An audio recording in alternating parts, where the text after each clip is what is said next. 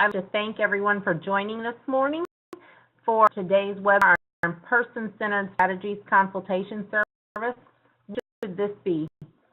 Today we have Dr. Terri Rodgers, Chief Behavior Analyst for the Division of DD with us, as well as Lucas Evans, Division Central Area Behavior Analyst. Just a couple things before I turn this over to them. Everyone's muted upon entry. We still suggest that you go ahead and mute your line. If technical questions or anything to do with sound and things like that, we ask that you submit those questions through the chat box. If questions regarding content that's being presented today, please submit your questions for that through the Q&A box. The presenter will be answering questions as time allows. We may get to all of them. However, there will be a follow-up document that will be disseminated along with a recording of this webinar and presentation. The presentation was added to the registration link this morning. I don't know if some of you happen to be able to catch that and go ahead and print that off now. If you didn't, you will link to that when the email blast goes out. That said, I will turn this over to Dr. Rodgers. I'm going to thank all of you on making it to the webinar this morning. If weather is like it is here, it was a tricky commute. Appreciate your efforts.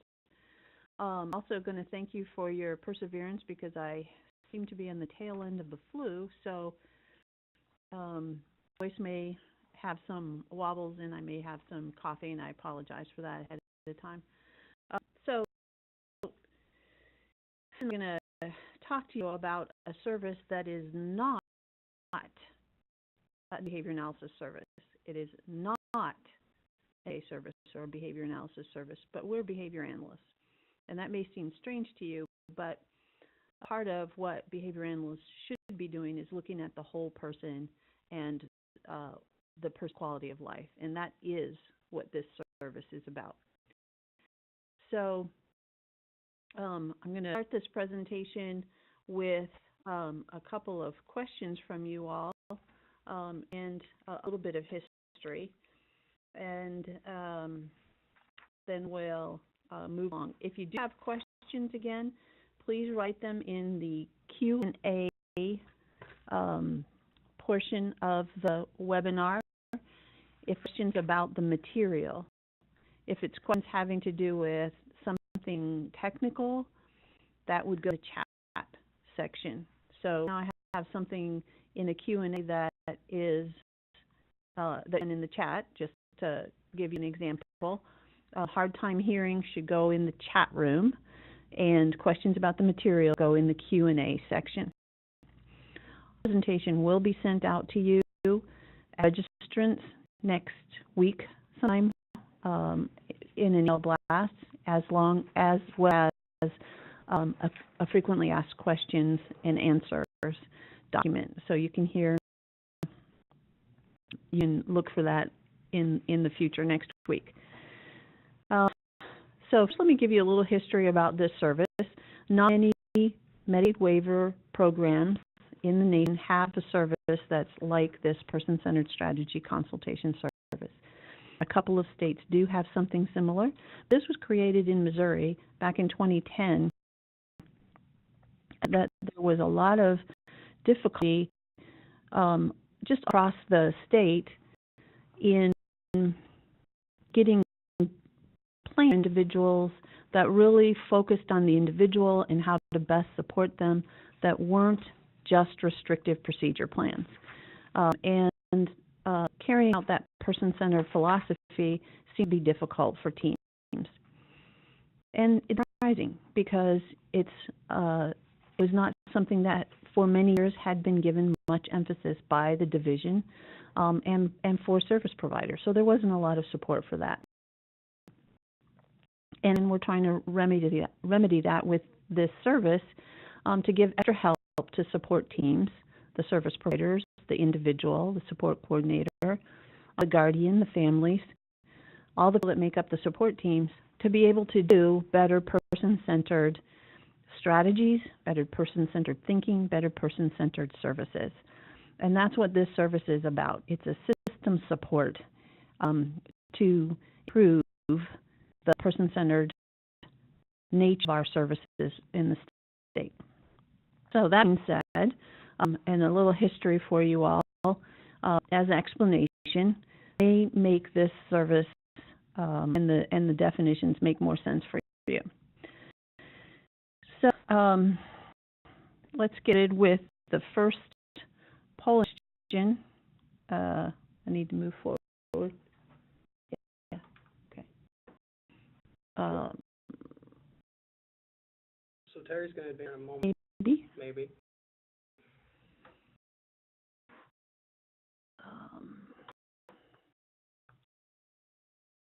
I'm not 100% sure. We need some technical. Left side of the screen, there's a small arrow. I got it for you. Okay, thanks.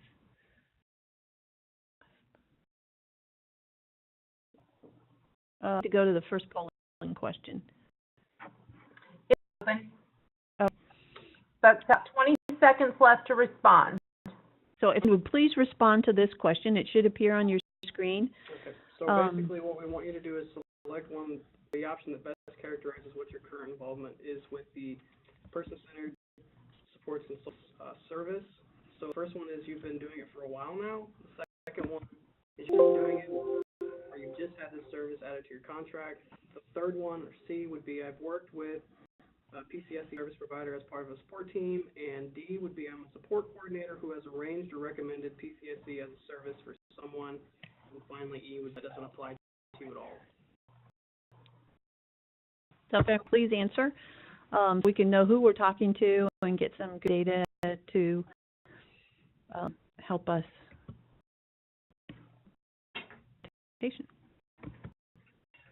And the next question, as we understand who all is on the answer, we want you to, if you answered A or B in the previous question, think about this question now, and all of the ones that you think apply. So you, when preparing to do PCSE service, you've reviewed the service definition in the waiver manual and the 2016 waiver application.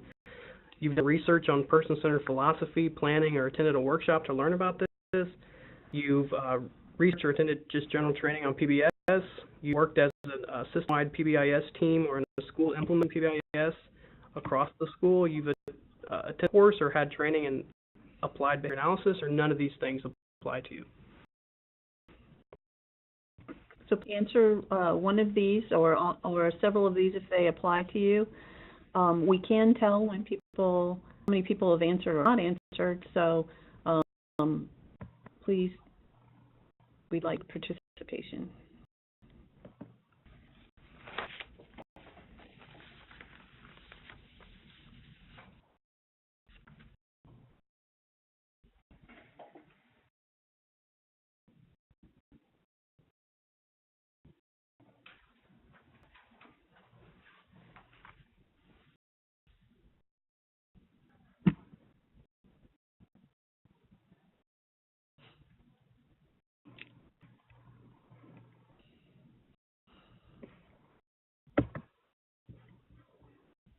So we're not seeing the answers on the screen. You should have a box over on the right side where your chat is and your Q&A. Do you have one that says polling?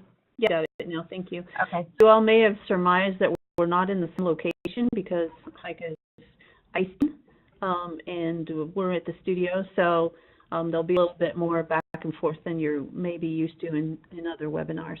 Okay, so what it looks like is just a little more than half of you didn't answer the question. Hopefully that means you're really in a group of people, and so your answer is represented above, even though it's not individually represented. Very few of you did nothing, so that's good.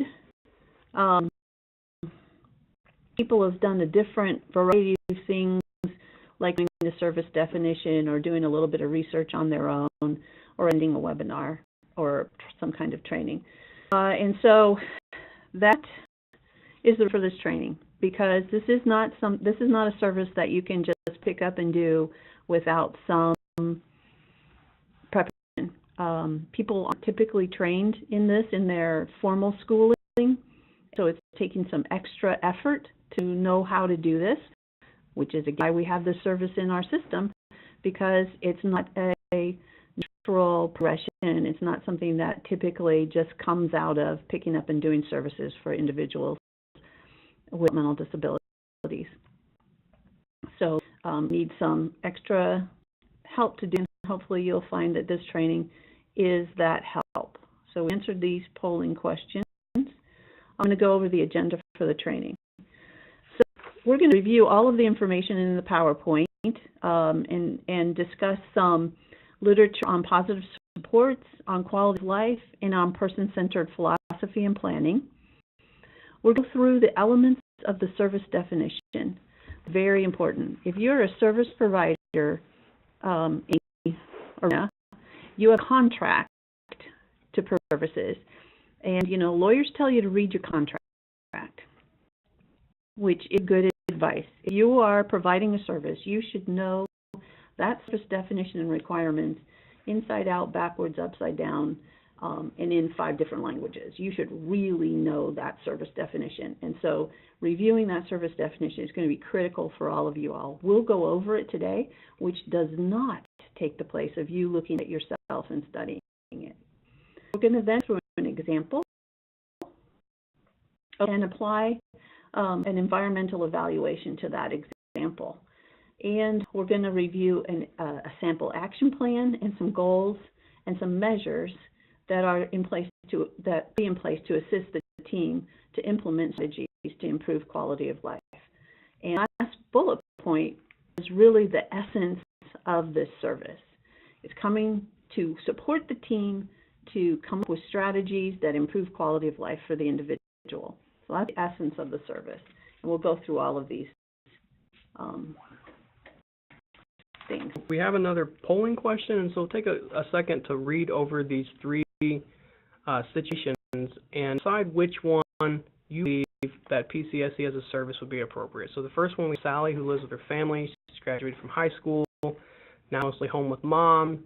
She slams doors and curses and calls others names and spends most of her time in her bed or watching TV. Mom's afraid to take her anywhere and wants help to get Sally to behave better. And then we have Harry. He just met a girl, says he's in love and wants to marry her. He thinks she may be a problem because she's on her own and has been arrested for shoplifting. They want to write a restriction into his ISP that says he cannot go out on any date with a staff person there.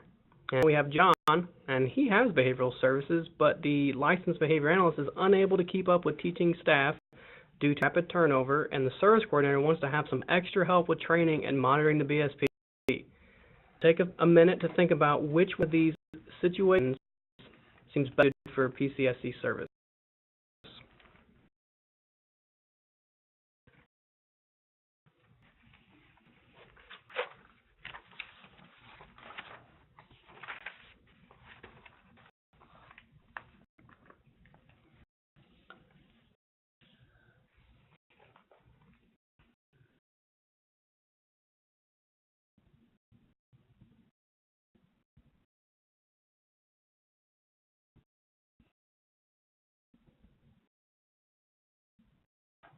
So if you're in a room full of folks, you can discuss this and your whole group can answer. But think about this situation. When should PCSE, best time for PCSE? Which situations describe that?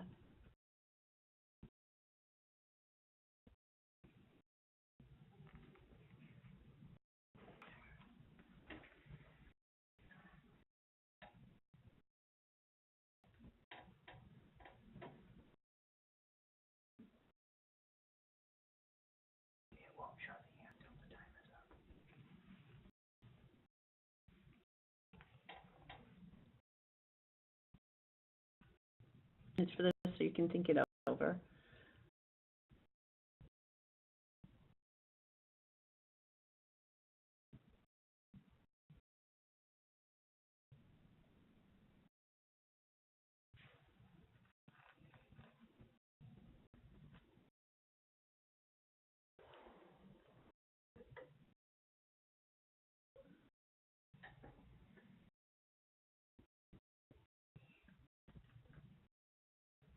So we ask if they can answer all of them, and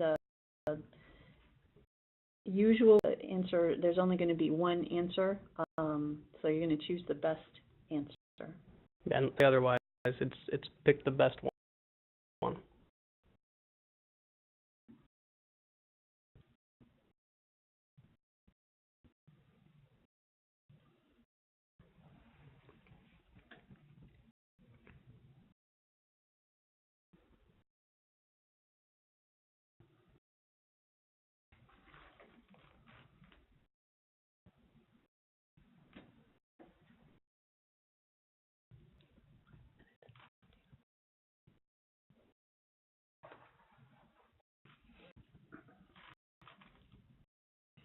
Heike, I think this might be too long. Can we give them 15 more seconds? Absolutely. Thank you.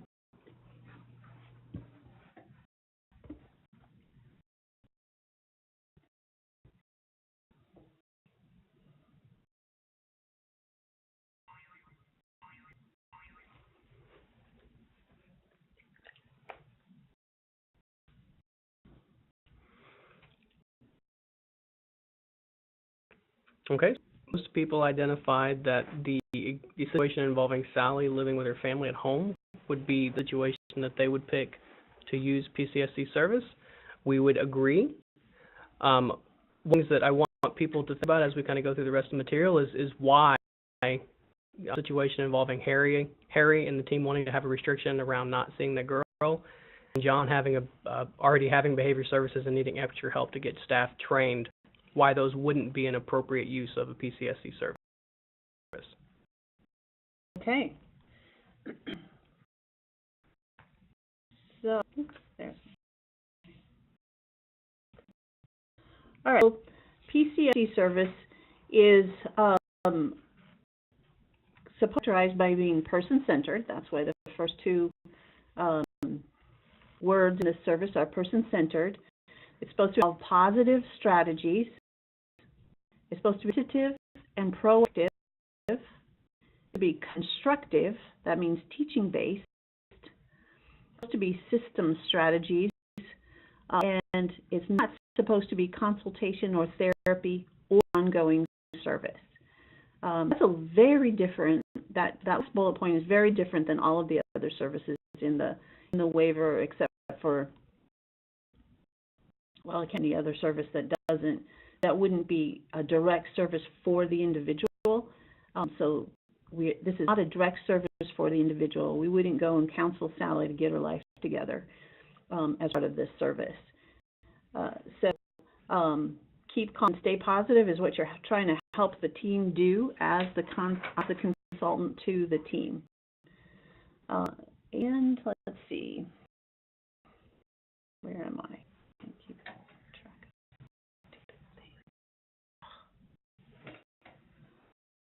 All right. So I'm free to blow this up and use it when you're talking to teams, if you're doing a service, or to put it in your office or your favorite place. I know it's beautiful and lovely, and you've never seen anything better than this in your whole wide life. All right, so that would be sarcasm and probably not a good model for service. But I found in talking to people is that saying that it's that something is a positive strategy or needs to be positive means, of course, different things to different people, and some people really struggle with the difference between what's a positive strategy, and they get confused with rights restrictions and necessary supports and things that confuse folks. And what do we mean by a positive strategy? So our whole life should be positive. We know it has health benefits. We know that it and better outcomes, all those kinds of things around being positive, and we have all kinds of loose words that we say around positive energy and positive thoughts and all that kind of stuff. But do we ever take the time to think about what does positive mean?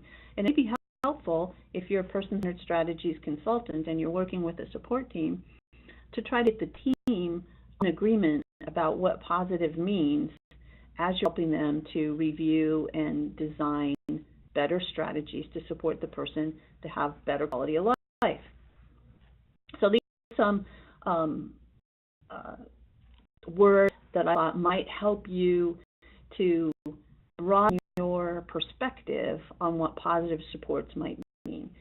And I think it would be a useful exercise for people to try to figure out all things that the team might mean about being positive. Here's. Go ahead. Oh, and in thinking about kind of word cloud that Terri shared on what positive is, take a few moments to think about this question: true or false? PC does not include adding restrictive strategies into the ISP. So is that true or is that false?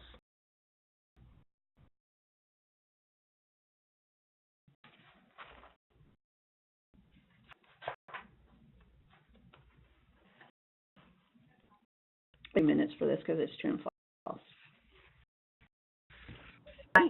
I was kind of strict. I only gave them one. Okay.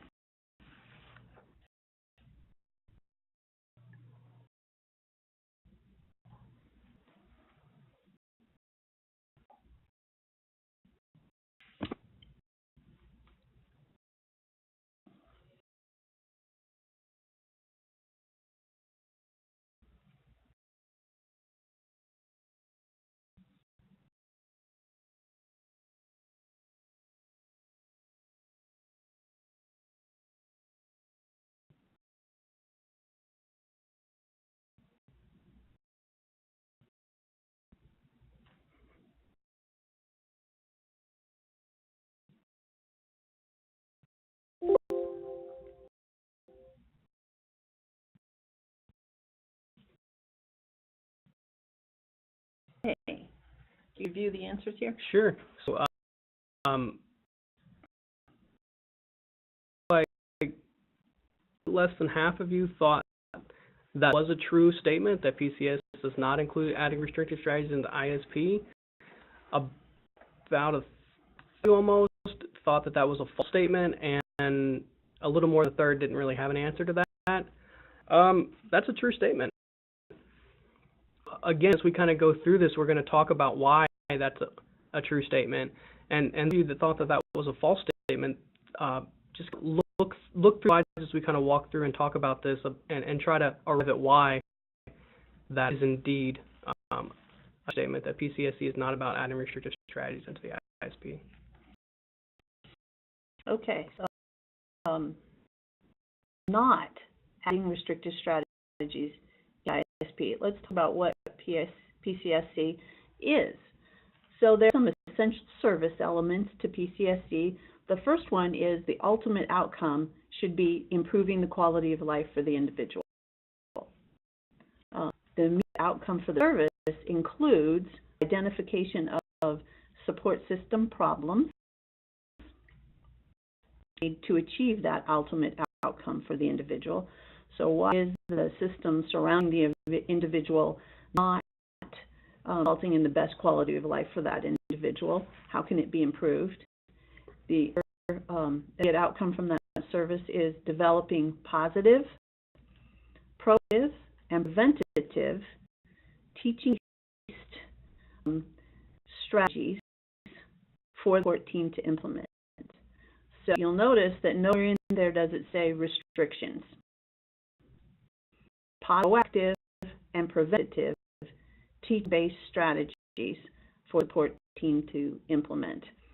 Now, you may need those positive, proactive, and preventative teaching-based strategies in order to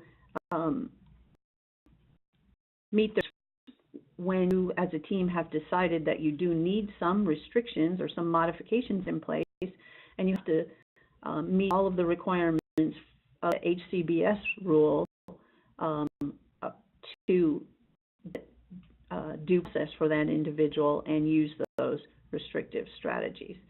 So in order to use any restrictive strategy or rights restriction or anything that's out of the ordinary for the typical person, then you have to have positive, proactive, preventative, and teach strategies and data showing that you're using those strategies and how those strategies are working, and goal that says you don't need the restrictions anymore because now they're doing a more appropriate thing. So you have an ongoing restriction for the rest of the person's life. You have to be always working not to have it.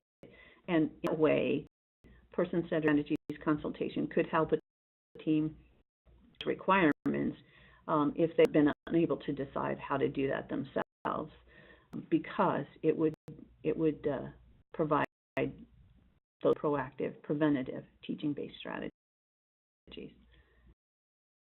All right, another essential elements are identifications to the environment and or the lifestyle to be implemented by the support team to improve the quality of life for the individual. So an example just quickly might be that individual has an unsteady gait and they're living in a split level home, and the recreational items are all in the lower level and can't easily access them. Well, there are some lifestyle or environmental modifications that need to go in place in order to improve that person's quality of life. So the first element would be implementation plan for strategies and lifestyle modifications. So it's not just enough to have a goal. It's not enough to write those strategies into a plan. You have to have a plan for how you're going to implement them. And the Person-Centered Strategies Consultant could help the team come up with that plan. Essential include training for the support team to learn the strategies and to learn how to use those environmental modifications and implement the plan. And short-term coaching for the support team of those strategies and of the implementation plan. Short-term coaching for the support team.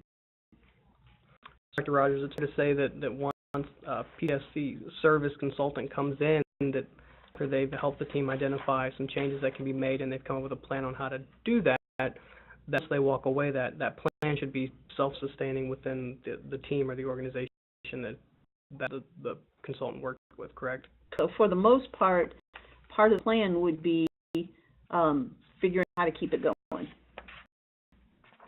after the service is gone. Yes.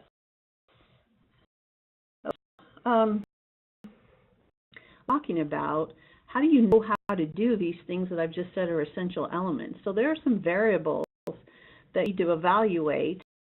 We're working in a setting to help the support team improve the quality of life of the individual.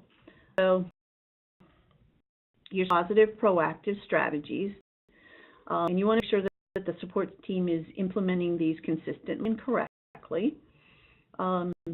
And so the things that you would evaluate is whatever's in the ISP now, in the person-centered plan now, is it being done consistently? Is it being done correctly by all of the people supporting the individual? That you would evaluate. One of the things that we know helps to make a person's life and helps get improved implementation is that there's a flexible and predictable daily schedule, not rigid, not an enforced schedule, but a flexible and predictable schedule. Chaos does not make a good quality of life. Running out of the seat of your pants, not a quality of life. So help the person have a daily schedule. It can change. The person has choice to make those changes. It can change because of the weather. It can change because I don't feel good today. It can change because I just feel like it. But at least there is a predictable schedule for individual. So you would look for, are the individual's typical daily activities made up of preferred and independent activities as much as possible. So that not that we want to create a poor little rich kid where all they do is what they want, but we want to make sure that along with the things that you got to do every day, like brush your teeth and the living, you got some preferred activities and some activities that don't require people telling you what to do all the time that are independent. Those things make up a good quality of life for an individual. And if they don't have them, then part of what the team can do is them to learn how to make those choices and how to do those things more independently. What are the relationships with others? Positive, nurturing, respectful, and varied. So all relationships are the main part of life. Relationships are the main thing that make a quality of life for us. They're the main reason that we stay on jobs or leave jobs. They're the main reasons that we're happy or we're unhappy. And so we need to look at those relationships for the individual and that others have with the individual, and make sure that they're positive and they're nurturing, they're respectful, and they're not just one person only that person has a relationship with. That's kind of a formula for disaster when you're relying everything on one person. And so that's evaluate as part of your quality of life. Part of what needs to be in place is that there are, in addition to paid supports, and we are paid supports because they're receiving Medicaid waiver and because you've funded Person Centered Strategies Consultation, so that's a paid support, and must be other paid supports. But people need unpaid supports. We can't just have a life where everybody that a person interacts with is paid to be their friend. So we want to work towards, very strongly, having unpaid supports with that individual, natural supports, and people like to be with the individual without necessarily being paid. Some variables to include the evaluation of the setting are efforts to develop and promote skills for the individual. So if you do any research on quality of life and happiness, one of the things that comes up very frequently is lifelong learning, improving your skills, your independence, your confidence, all of those kinds of things. And that means that you have to be promoting skill development in order to have quality of life. And we need to do that with our individuals too. It's first of all part of what Medicaid waiver is about. Medicaid services are not about just maintaining the person. They're about making things better for that individual and more independent. That people need that for a good quality of life. The more people are bossing you around, the less happy you're going to be, the less skills you have, the more trouble you're going to get into, all those kinds of things. So we need to look at, are we promoting skills for the individual? And if are there opportunities planned for teaching and practicing those skills that are meaningful? And are recognizing the individual skills, acknowledging them, reinforcing them, praising them, whatever you want, whatever word you want to use, but making it so that the learning the skills and using those skills is a good thing for that person. And then are there systems for coaching and promoting skills of the individual? All of those are things that you're going to want to evaluate as part of your service consultation, or to have the service consultant evaluate with the team. Other to include in evaluation of the setting is there evidence that the team engages in problem-solving techniques towards improving quality of life. Things that we notice across the system is that there's not a lot of problem-solving as a team. There may be problem-solving as a support person, there may be problem-solving as a support coordinator, maybe the program manager, maybe the guardian. There's limited work as a whole team going, what can we do to make this better? What can we do around this problem other than just implementing restrictions? So is solving happening? Is that just a process that the team naturally engages in? Do they know how to do it? That may be something that the person-centered consultant might need to help the team establish, is that problem-solving process. And is there sustainability of the plan that likely, and is it being planned for? So the individual support plan has strategies in it that people are supposed to be using. Are these strategies likely to be continued? Are they likely to be used? Is this something that the team's planning for? Are you planning for turnover? because it's going to happen. So what are you going to do? How are you going to cover for a new staff person? How are you going to cover for the program manager being gone? How are you going to cover when the support coordinator changes over to bring them up to date on what the team's been doing? All of those things need to be contingency planned, and that process may not be something that the support team is familiar with and that the Person Centered Strategies consultant could help with. And basically evaluating the consistency of the implementation, the use of the strategies identified in the support plan.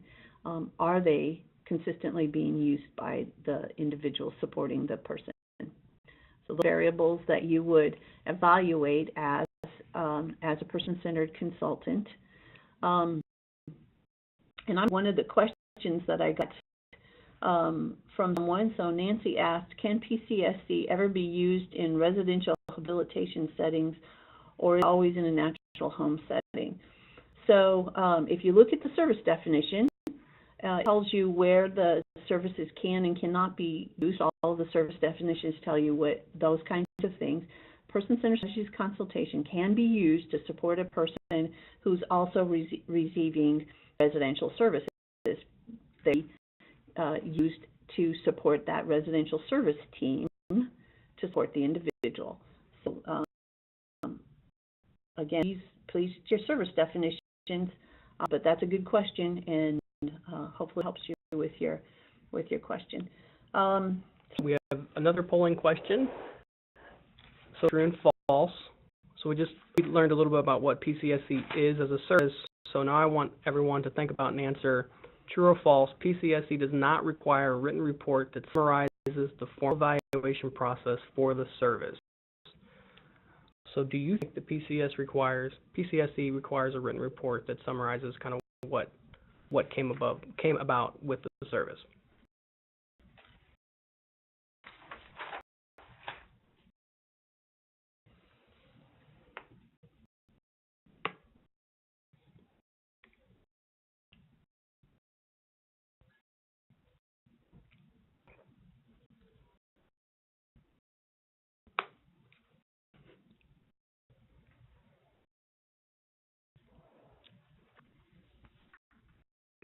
All right, here, and we'll get the results.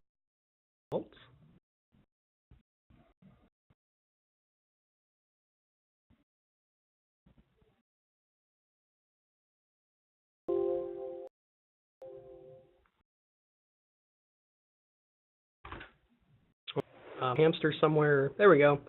All right. So, about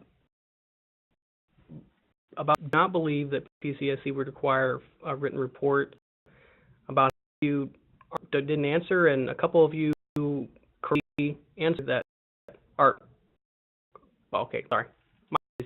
So yes, most of you got right. About half of you got right that it is true. So they're in the negative. So yes, that is false. So that PCSC does require a written report that summarizes the formal evaluation process. Just like really any other service, I mean, you've got to document that it happened, and PCSC specifically requires that there's a written report that summarizes what work has been done, and we'll kind of go through that as we go through the rest of the presentation. So in order to do any service, medical service, getting your car repaired, any service requires some kind of assessment of need. And if you have an assessment of need, you need to summarize the results in order to be able to follow through. Why is this service in place in the first place? So there has to be some kind of written report summarizing your evaluation process. There has to be an evaluation. You have to evaluate certain variables. We just went through those. And you need to have a report that summarizes that process and your outcomes of that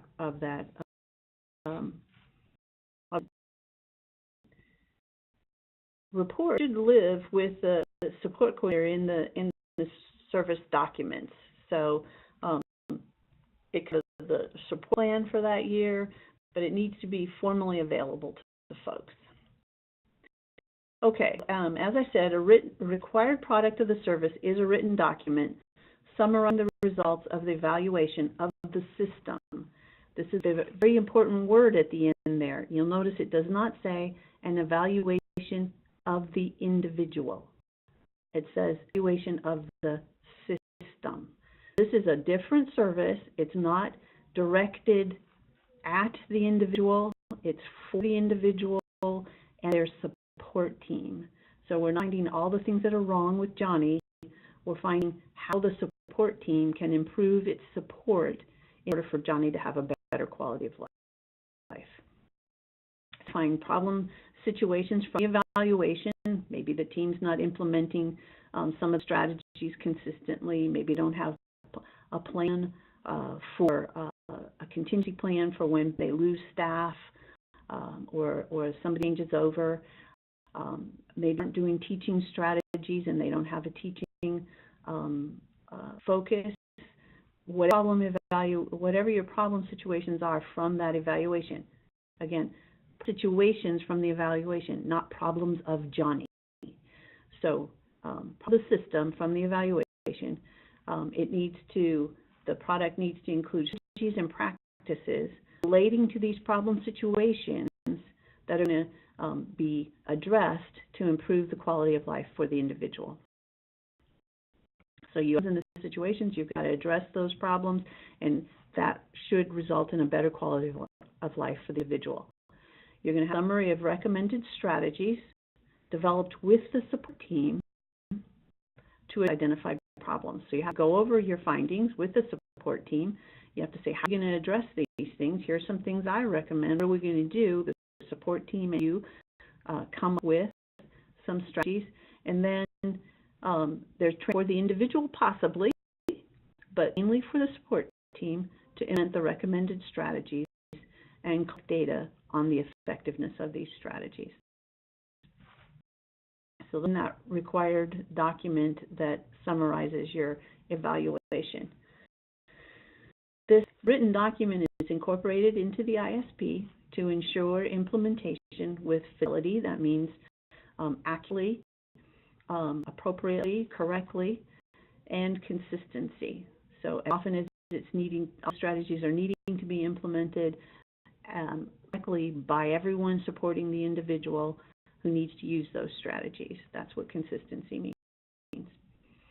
Need to be service notes and documentation of the service for each date of the service. So you have an overall evaluation and recommendation report, and for each date of the service that is billed, there's a documentation, a service note, a progress note. And that progress note has to include all the things that are identified in Section C of the Medicaid waiver application as necessary for documentation for waiver services, which include things like identifying the outcome being addressed during it. So you might have 3 goals that are on the service plan, and this is addressing one of those goals. You have that goal or that outcome written on the documentation note. You have a description of the progress towards that outcome. 30% of the people have been observed implementing and corrections have been done so that these 33% are implementing correctly strategy X. To describe what was done for the service units of that day. So you observed people, you corrected and feedback, you practiced with people, whatever the service involved. These are action words, so you have to use verbs here for the services, the things that you do as a service provider that meets the service definition for that service. And action steps and planning for the next service section. So what are you going to do in the future, and any timeline or changes or things like that that are going to be necessary to achieve your outcome for your service. That's what a service documentation progress note should have in it.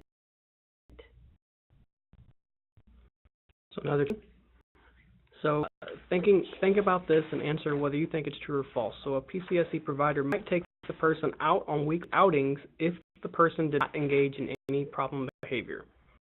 Do you believe that's true or false?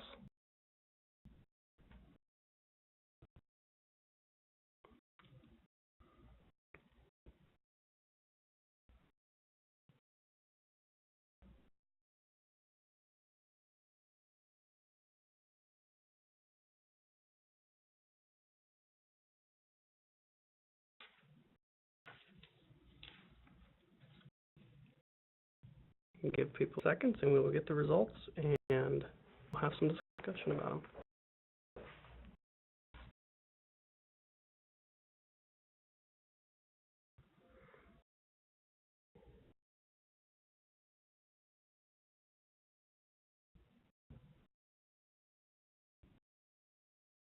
Ten of 60 said that was true, said it was not true, and then again about half did not answer.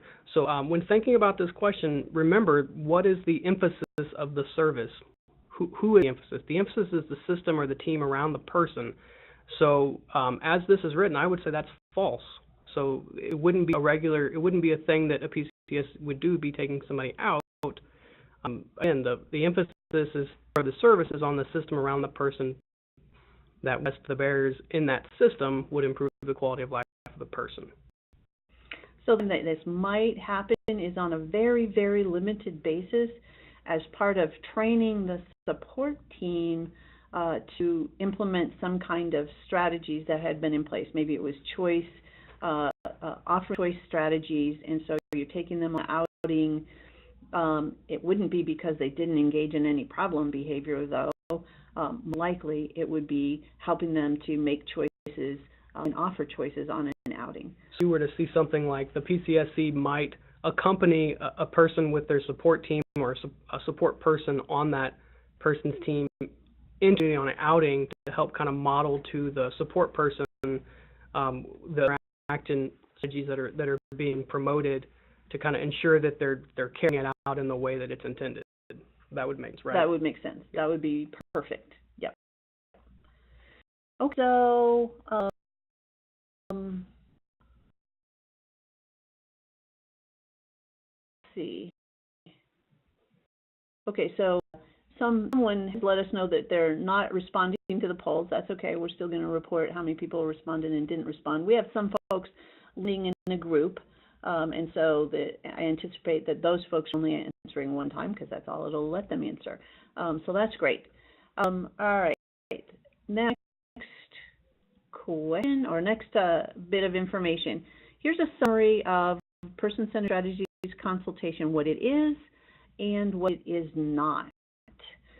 So again, it's not a direct therapy service involving counseling or ongoing teaching activities with an individual. So the PCSC consultant is not provide ongoing teaching or activities with an individual.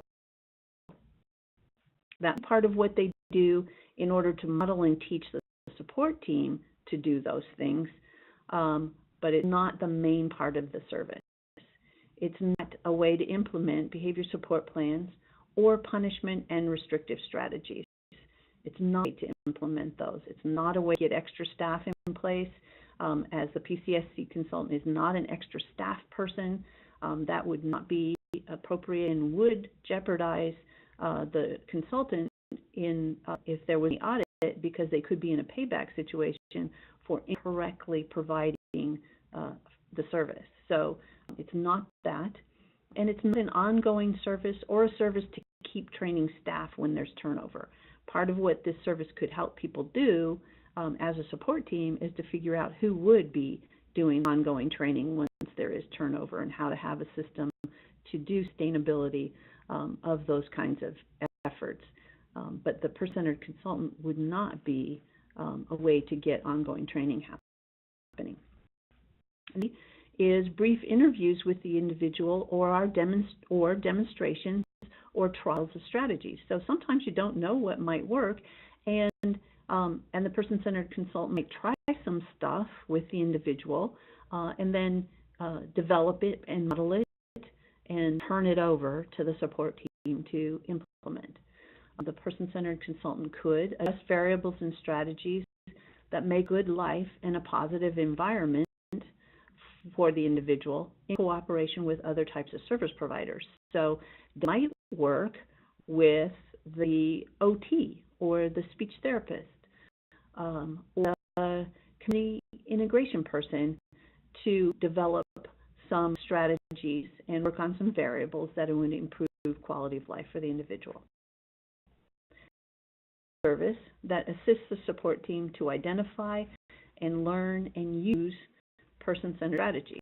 So I said there hasn't been very good, consistent efforts throughout the past, at least in years that I've been here, but more than that, throughout in teaching what person-centered strategies are, in trying to develop those skills within our support persons, direct support, program managers, even sometimes support coordinators. There has been some, I'm not saying there's been none. Some support coordination entities have a very strong person-centered strategies training and process that they utilize, and some do not. Some providers, residential providers, do a great job of training their staff and coaching their staff to do it, and most needed some help to do that. And as the oversight system, we're taking responsibility for not having that and have developed this service in order to promote it. Strategies should develop a system that the support team uses to maintain this quality of life strategy system and train additional staff themselves. So those things that person-centered strategies could do. I have a question that says, once new strategies are put in place, how quickly should the team expect positive results? Well, there's a couple ways to think about it. So it's key anytime you're implementing strategies that you have some on data collection, and that's really going to drive your response to whether or not it's working. I mean, a good thumb that's just in general suggestion is to wait at least a couple weeks, and that kind of accounts for getting people up to doing it in the way that they're supposed to be doing it. But the data should show if it's working. If you implement something and things get a lot worse, and you're looking at it and you're kind of reflecting on it, you should kind of come to the conclusion that you maybe have missed something or you need to think about it some more. If things kind of staying about where they were, maybe decide you'll give it another few days or another week. If things are getting better, then you can decide that you've had a positive impact. So it's really going to be key on having those systems in place to evaluate on what you're doing. So you have to know what you're doing and have a measurement behind that before you can decide, is it working or not. And it's a large question that there's not a good 10 days. There's not a good one answer. So it depends on how powerful your strategies are. It depends on how they're being implemented. It depends on how on target your evaluation was of the problems and all of those things. But you should generally start seeing improvement almost right away as those strategies get implemented, because you're improving the person's quality of life. So then you have to think about what is it that you're going to see as improvement, and that is something that the team should come up with as a measure. What should we see improving? Are we looking for more smiles? Are we looking for more choice making? Are we looking for more hours up during the day and out interacting with people? What are the things that are going to tell you the quality of life is improving? And that's one of the keys. What I'm trying to do is improve quality of life.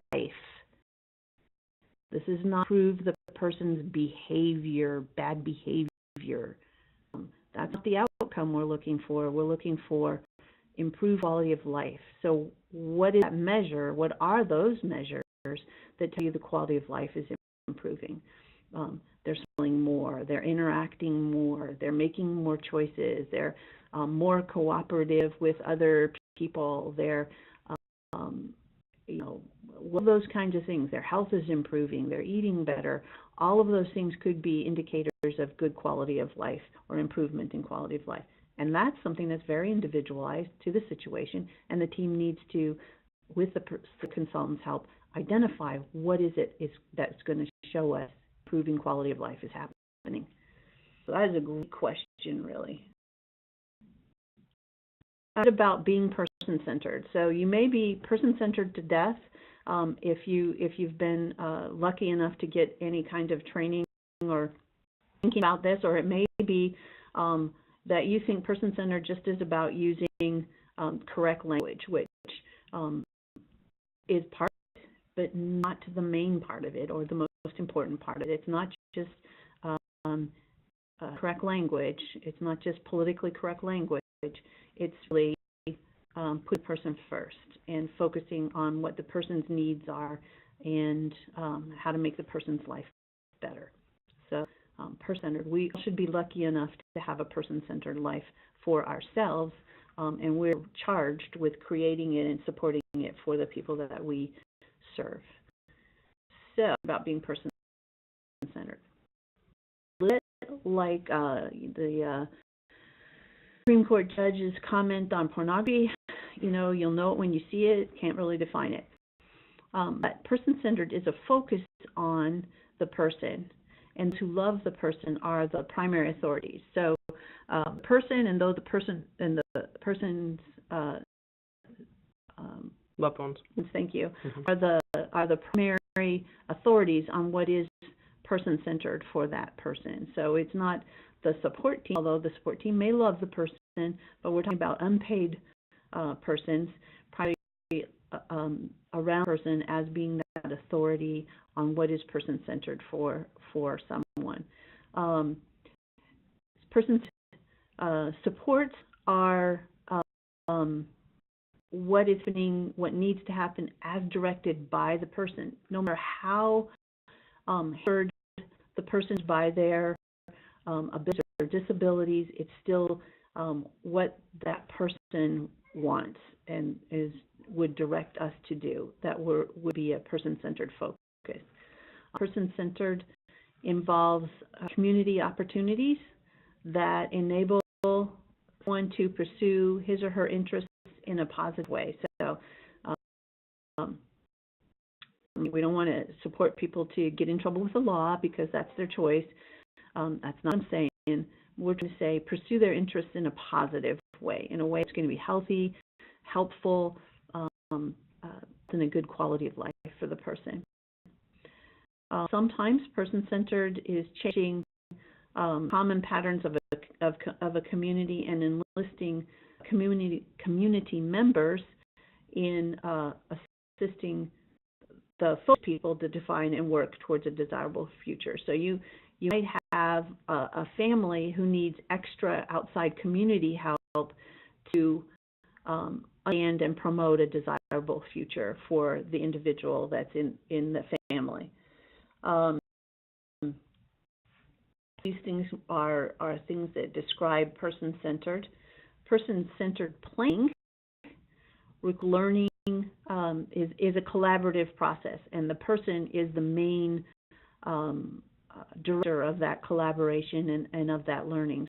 So all the people around the person are looking at that person and learn from that person and working with that person to make better and do things to support that person.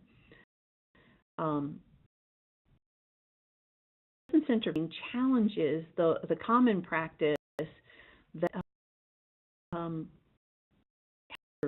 centuries now, when we have people who are dependent or disabled, and we put them in a situation where there are people in control of them or controlling their life. So it's a challenge to that. It's difficult if you're in a situation where you're responsible to support a person, and that right there is not person-centered. So you're already in a fighting battle, if you will, if you're service to somebody, because they're already in a negative situation. You have the power because you're the one who knows what to do. That's not what we want to think, but that's how it is set up. And they need your help in a less powerful situation. So you're already being challenged to do person-centered just because of that situation. We need to recognize that our system is challenged to doing correct or appropriate person-centered planning. We do comfort of dignity for the person, and thinking of the person as a complete and whole person worthy of dignity and respect. So whatever's happening with that person is valued and has dignity, and that as a complete person, not as a person who's can't really make those decisions. They can't really make choices. That would be not person-centered.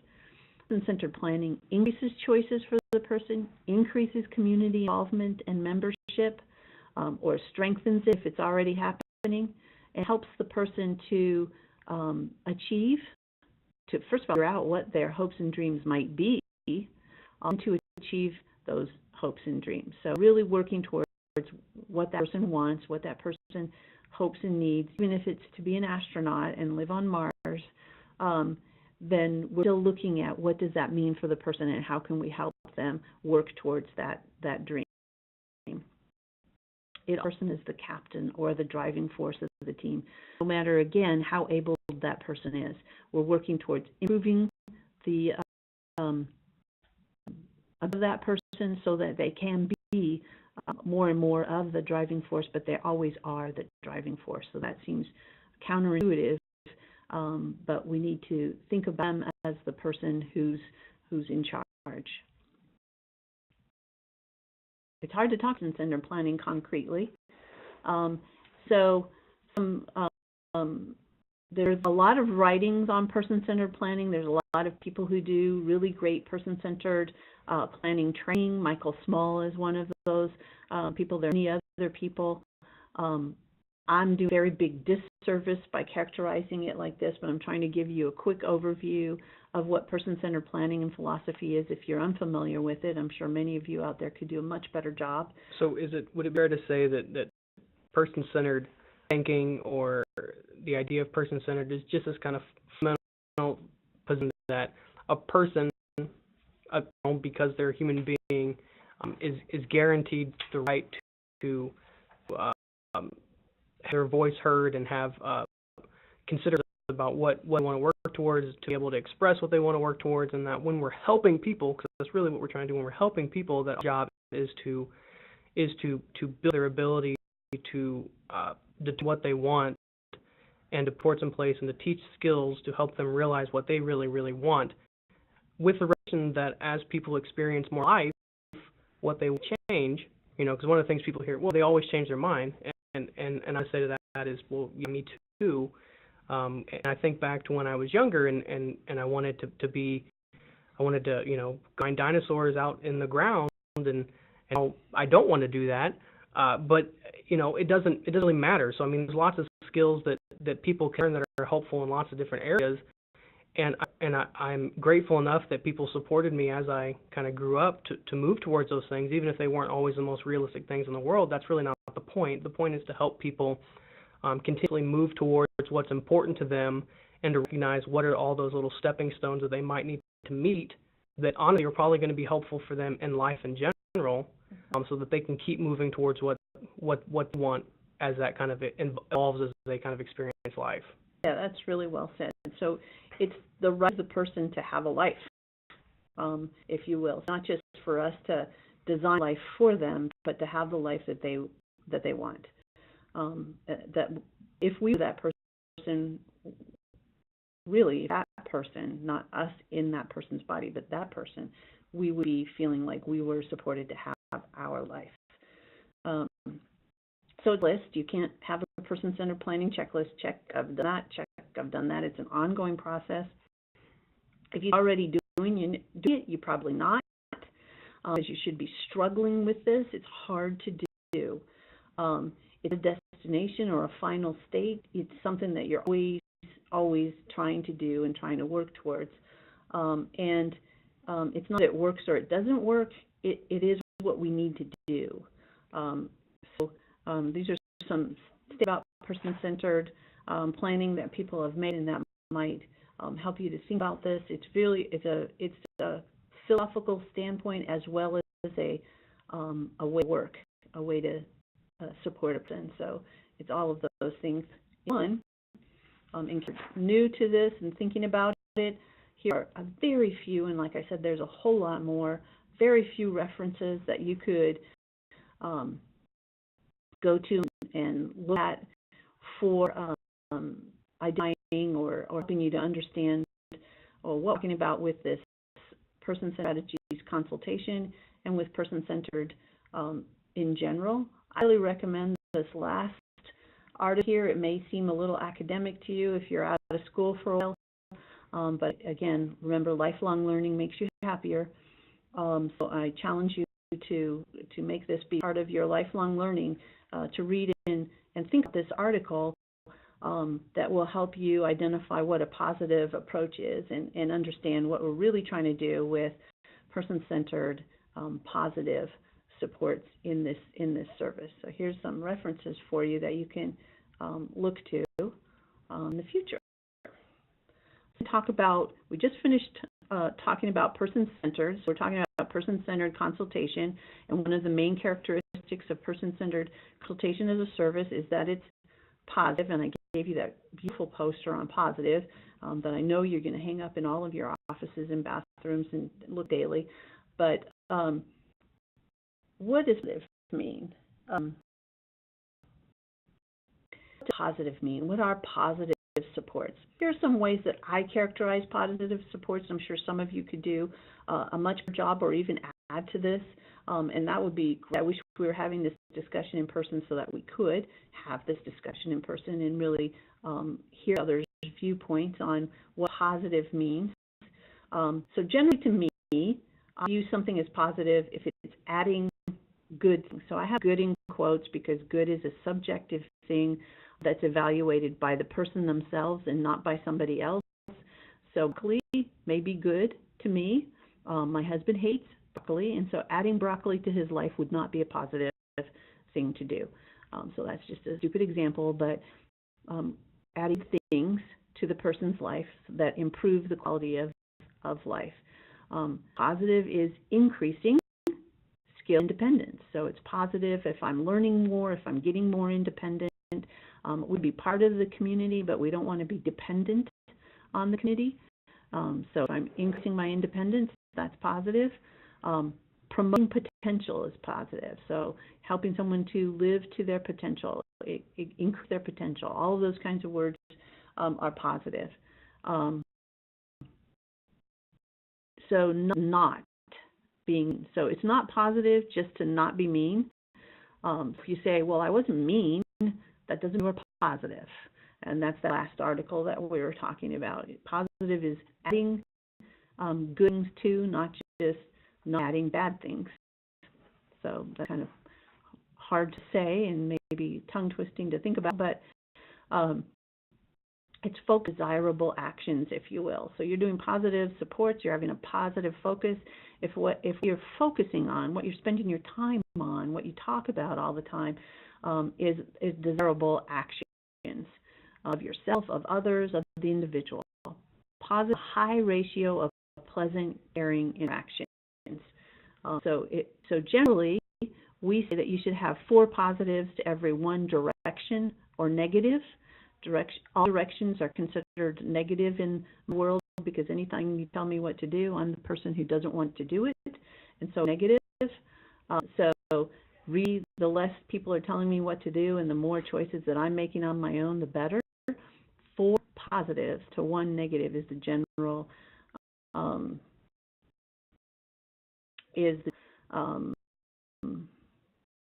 reaching towards, and sometimes it's even higher than that. So 8 positives to no negatives is when there's a problem situation. So let's see. Do you want me to? Yeah. You read Rick's comments to yourself and then be ready to talk about them after I go through. Yeah, Okay. yeah. I was hoping you'd let me take a stab at it. Yep. All right. So not positive support. It's negative if you have restrictions and limitations. And yes, I know they're part of life. What is, we're part of making life better, and you're not making life better if you're having restrictions and limitations. It's absolutely necessary for safety, but it does positive. Say no, because it's not positive. Yes, it's positive. Sometimes you have to say no, I get it, but it's not positive. Saying that you have to be 100% positive all the time, although that would be a great goal to work for. So maintain safety, but really, do you have to do that? You're doing it. That's the thing that I'm challenging you to think about. Positive is not focusing on elimination of undesirable behaviors, undesirable actions of the person. That's not positive. Positive is not just saying good job. So if what you're doing is going, good job, good, you did nice, good job, that's not positive. It did not improve anybody's life by the way you said it or those exact words, or made it just a routine like that. Positive is not ignoring desirable actions or just letting them pass because they are what they should be. Focusing on any kind of desirable is not positive. Placing unnecessary demands or restrictions is not positive. And coercive is not positive. So trying to give you that opposite side of the coin. If we talk about what is positive, sometimes it's helpful to identify what is not positive. And so those are some characteristics of not positive. And now we have a couple of great comments that is going to talk about. Yeah, so I'm going to kind of summarize the question and some feedback, and then I'm going to kind of unpack it a little bit. So there's a question or a comment raised about we have suggested that person-centered planning, person-centered practice are not what a behavior analyst does. Also, talking specifically about this individual's behavior analytic training, that context is critical within ABA. Planning is a way that behavior analysts could understand and modify the context called life. Why would that not be behavior analysis? And then a really great option that when people have crappy lives, they have crappy behavior. And so there's a lot to unpack here. So I think it's helpful to start with saying that behavior analysis is a science kind of about how organisms and environment interact and how that leads to behavior that increases or decreases, just in a nutshell. And so I think that about person-centered planning or person-centered philosophy is a great behavior analyst to approach situations, and so I think that's great. I think that is a great kind of philosophical framework in which to help people within context. And the next prong, I think, that is really, really, really, really important when we're talking about this is we're not talking about fields of practice. We're talking about services as they are described within the waiver application in Missouri. So when we're talking about not what a behavior analyst does, we're talking about the service, the applied behavior analysis service, and the person-centered support, centered strategies consultation service. And so it is very likely that a person who also is contracted to provide applied behavior analysis service is definitely qualified to provide the person-centered strategies consultation service. So that's a key distinction. The next thing that kind of from that is one of the things that research has kind of shown is that you don't really need to understand functional variables within a situation to know how to help people have a better quality of life. And so person-centered consultation as a service in Missouri is really about looking at systems around people and thinking about those variables that are such a common barrier to a quality of life and addressing those in a systematic way. So we would say that really a lot of people could be qualified to do that, and that would be encompassed in the person-centered consultation service. Now, if the problem is complicated enough where you really need that specialist to come in and look at functional variables that are really specific to this person, you really start getting into that applied behavior analysis service. And I think that's the key distinction. Yeah, I think as a science, behavior analysis perfectly can count person-centered planning and the person-centered philosophy. It makes sense. There's a lot of literature from earlier on in the ABA stuff from people like Morris and Steve Holbrook and Todd Ray that really kind of advocated for why person-centered planning is a useful way to think about how to help people. So if that answers your question.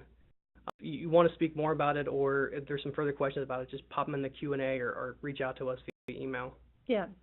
Talking about a specific service, we're not talking about the applied behavior analysis as a field, and don't go into that too deep. We could have a great discussion about that, and some of the research that we've done in our area and our service providers of analysis services. But let's go to a little bit about quality of life, because that led really nicely into quality of life, because one of the things that Rick wrote to us was crappy life equals crappy behavior, and that is so true. Oh my goodness. I don't know. I don't know that enough. The first thing that I look at when I get called in to a consultation on a person with difficult behavior is what's their life like, and how to make it better. How can we remove restrictions? How can we improve the life? And then let's look at what the behavior is. So we want to look at quality of life, and that is a really hard concept to think about and to measure. It's very subjective. It should be person-centered, so my quality of life may not be your quality of life. There's a lot to think about here. I've done a little bit of research on it. I'm going to talk to you a little bit about it. This is really towards just getting you thinking about quality of life, and certainly our system could do a whole lot more on measuring and promote quality of life, and that's what we should be trying to do with this service and as service providers in general. So most who talk about quality of life theoretically and professionally about 8 domains or 8 areas that make up the quality of life. So if you're evaluating your own quality of life, you probably look at your own personal development and self-determination, which includes the level of independence in your life. So how many bosses do you have? The more bosses, the less quality of life generally. The more skills, the more quality of life. The less skills, the less quality of life generally. So there could be very happy, very, very rich quality of life for someone who's who's doing food for himself or herself and their family, and they don't have education. I'm not saying that that's not true. In general, in this industrial, recognized society culture, really need to have some skills. And we know generally that people who are illiterate have a higher rate of incarceration, have lower economic level, all those kinds of things. So personal development and self-determination are 2 of those areas or domains. Interpersons or relationships, social inclusion, so isolation equals quality of life, and rights that a person have. A social environment are 3 areas or domains of quality of life, and emotional, physical, and material well-being. So material well-being is not everything. It's one of the domains of quality of life. These are hierarchy. There's no this one's first and that one's next. This one's the most important or that one's the most important. All of us would rate these differently in terms of what's most important in our life and what's happening well and what's needing improvement in our quality of life. So it's really about perceptions. It's really about what we're doing in these areas, and it's really about what the conditions are that define quality of life for us. But in general, these are some fairly commonly identified areas that make up quality of life. So some indicators, again, these are related to perceptions, behaviors, and conditions that define these domains. So it's rating score on anything necessarily, but it's looking at these conditions and how can we improve them to be trying to do as a support team and as a person-centered consultant. So do really good justice on this because we only have about 10 minutes left in our presentation. But looking at personal development, it could operationalize, or you could make it more specific by thinking about their education, their work status, their self-image, and their process of lifelong learning and growth. And again, self-determination could be looking at independence, freedom of choice, freedom of establishing their own boundaries versus someone else doing it, and things that are imposed or restrictions that are imposed on them. So all of these things are a little bit operationalized to you, and as you get this presentation next week or so, you can look at these more carefully. And if you agree with them, I could say that I was smart enough to develop all of this myself, but I wasn't. Here, whoops, I wanted myself. So there are some references when you get this presentation for you on quality of life that you can look at. One of our main authors on quality of life is Schalock, Schalock, and if you Google him, you get a whole bunch on quality of life, and you can do some personal development and lifelong learning on this area if you would like to. So how do you operationalize getting information for positive, person-centered, improving quality of life, and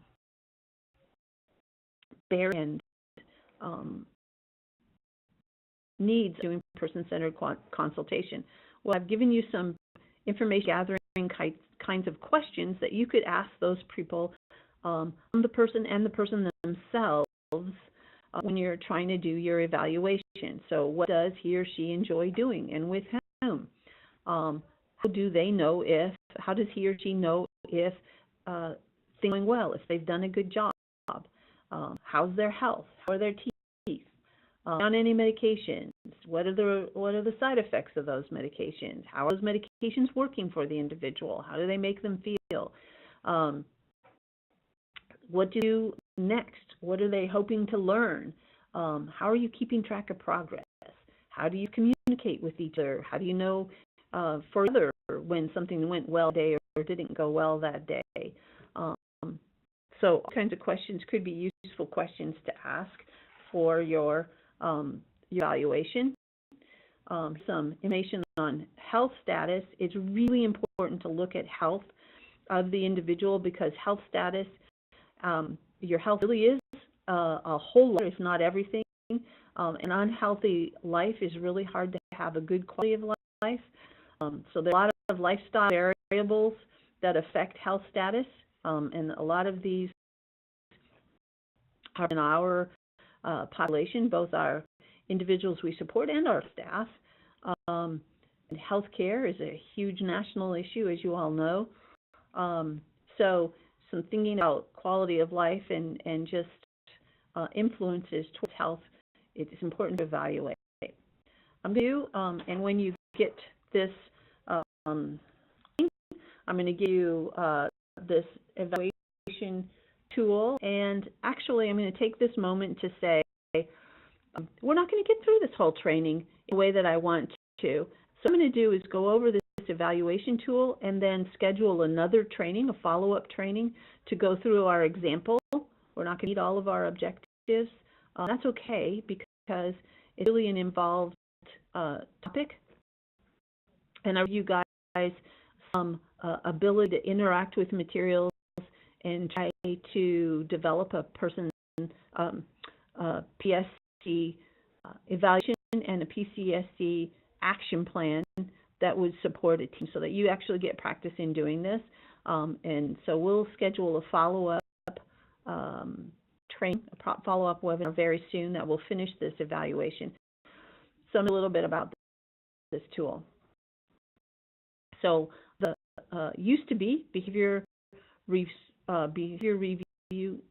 Behavior resource team. Thank you. Resource teams in regions provide person-centered consultation, individual-focused consultation to individuals in the regions who got referred to them. They don't do this any longer. Developed for them this tool. Well, actually, we all developed together in collaboration this tool to help them to do this process in a structured way, so that we could be sure they were implementing person-centered strategies consultation to fidelity and achieving good outcomes. So we developed a tool that would evaluate a person's situation and supports and develop action plan and strategies to be as part of their person-centered strategies consultation. So the tool looked at 3 areas: how reliably supports were being implemented, the quality of life, and the essential needs of the person. Those are just generally the areas that we looked at when we were doing person-centered consultation, and we sample, well, actually I'm going to go through each of the parts, or I have each of the parts on this training for you. So we looked at how consistent supports in the areas of medical or health were being provided for the person and how their health was in general. So they might ask the BRT staff, or the person-centered consultant might ask staff or support people, including family, tell me about their health. How are their teeth? Do they take medication? What's time they saw a physician? What do they do at the dentist? Are they getting regular checkups? Do they have any chronic health issues? So they would do an interview. This would not be a question that they go in and say to the individual, see a regular physician at least annually. You couldn't just give this survey to the person, the staff, and get them to answer it. You didn't just really answer these questions. You did it in a kind of conversational format and evaluated these areas. They look at the physical and social environment, if the primary needs were being met. Maslow a long ago told us if your primary needs aren't being met, you're not going to have any of your other self-actualized needs, and that's what we're working towards. If you want to think about it in a psychological format, we're looking at helping the person to self-actualize. So things beyond primary needs, if those aren't being met, you have to meet the primary needs. To look at relationships, you have to look at their choice and their communication. Are they able to do those kinds of things? Is their schedule predictable? Do they have a meaningful day? When they've done things well and things are going well, are they motivated to do that? Is there a way that we could help them to be motivated more? Are they being taught or learning new skills, or are they encouraged to use new skills? Know what's expected of them? Is the team made a based decision? So are you collecting data on all of these things and as a team and making decisions around them? So those barriers that help an individual have a quality of life and be supported to have that quality of life. Recognizing that if you have inconsistent staff, you don't have long-term relationships, if you don't have people familiar with you and with your wants and needs, if the oversight of staff, if they don't have a good support strategies, if they're a long distance from their family, or if they're distanced from family emotionally and they don't have friends, all of those things make for a relationship problem. If they have a chaotic day and a lack of routine, again, strict routine, not absolutely must follow routine, but you need to have some routine in your life. You need to have some anticipation and prediction. You need to be looking for an important two. You need to be looking at how economics affects things, limitations of choice, all of those kinds of things. So those are barriers to the quality of life, and look for the information in a variety of ways. So at this point, we've got 2 minutes left in our training, and I've started talking about formally an evaluation process and tool that you use. If you were doing person-centered consultations, you're certainly welcome to use this tool if you would like to. Get you in your PowerPoint training when that gets sent out next week, and available on the registration site. If you register today, you may have printed it out. And don't have to, but giving you a format that the state used when they were doing person-centered consultation as part of the behavior resource teams. The next training is going to involve a sample situation and developing, identifying those barriers and areas of needs that a consultant could work on with a team, and developing an action plan, including measurement for how are things working, or when do we see positive change. And so at this point, I've got about 1 minute left, and if you have any questions that you would like to have addressed, even if we don't have time to do them today, feel free to write them in now. Them on a written that we sent out to you, and we'll schedule the next training. Lucas, thank you. Heike, thank you for hosting. Mute, maybe. To reiterate what Terri said is be watching next week for an email blast to go out from the division. It'll be toward the end of the week. That will include the recording of this webinar. It will include the presentation. It will also have the FAQ document and any standalone documents to support today's presentation. And with that, thank you all for attending. We appreciate you sticking with us and the great questions that you asked.